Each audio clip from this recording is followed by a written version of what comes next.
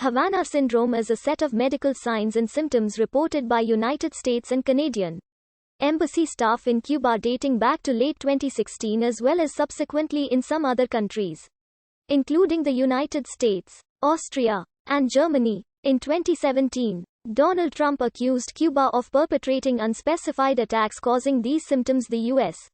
reduced staff at their embassy to a minimum in response.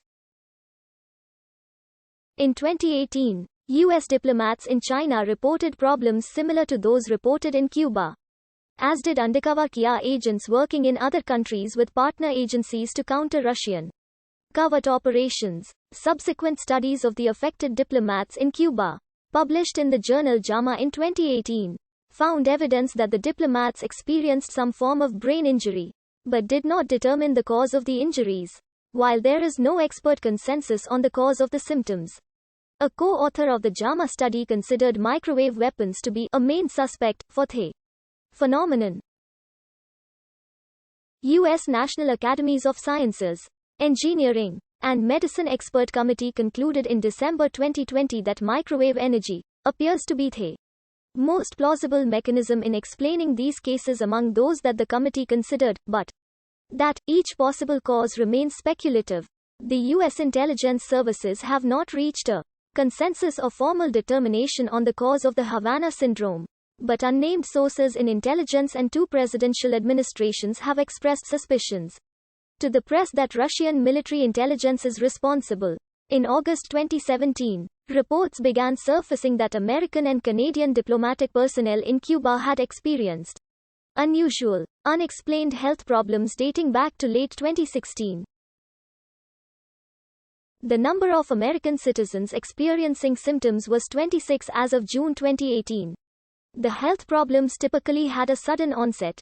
The victim would suddenly begin hearing strange grating noises that they perceived as coming from a specific direction. Some of them experienced it as a pressure or a vibration, or as a sensation comparable to driving a car with the window partly rolled down.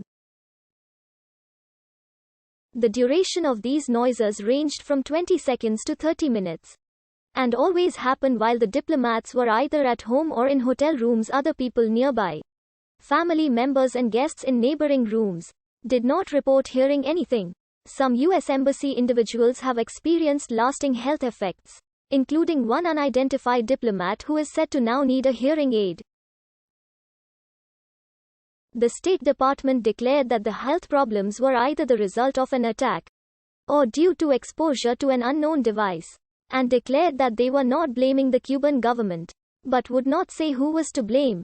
Affected individuals described symptoms such as hearing loss, memory loss, and nausea. Speculation centered around a sonic weapon, with some researchers pointing to infrasound as a possible cause.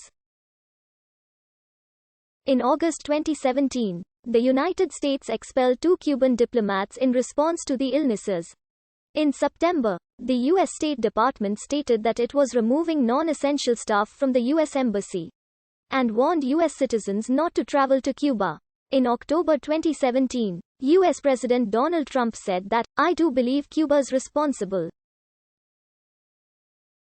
I do believe that," going on to say, "and it's a very unusual attack, as you know, but I do believe Cuba is responsible." On March 2, 2018, the U.S. State Department announced it would continue to staff its embassy in Havana at the minimum level required to perform core diplomatic and consular functions, due to concerns about health attacks on staff. The embassy had been operating under ordered departure status since September, but the status was set to expire. This announcement served to extend the staff reductions indefinitely. In January 2018, the Associated Press reported that a non-public FBI report found no evidence of an intentional sonic attack. A November 2018 report in The New Yorker found that the FBI's investigation into the incidents was stymied by conflict with the KIA in the State Department. The KIA was reluctant to reveal, even to other U.S. government agencies, the identities of affected officers, because of the CIA's concern about possible leaks. Federal rules on the privacy of employee medical records also hindered the investigation. In January 2018, At the direction of Secretary of State Rex Tillerson, the Department of State convened an Accountability Review Board, which is an internal State Department mechanism to review security incidents involving diplomatic personnel. Retired United States Ambassador to Libya Peter Baudet was chosen to lead the board. In March 2018, MRI scans and other tests taken by a chief neurologist in Pittsburgh on an unspecified number of Canadian diplomats showed evidence of brain damage that mirrored the injuries some of their American counterparts had faced. In early 2018, Global Affairs Canada ended family postings to Cuba and